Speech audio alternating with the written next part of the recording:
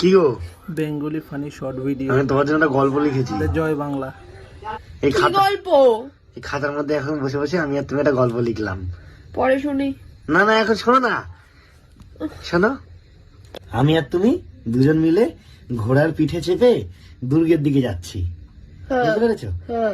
সারাক্ষণ কুটুস কুটুস। আর শেষের পাতায় রয়েছে যে আমরা দুর্গে পৌঁছে গেলাম। তো মাঝখানে এগুলো কি হলো? পুরো গল্পটা কোথায়? পুরো গল্প রাস্তার মাঝখানে তো সব টকবক টকবক টকবক টকবক।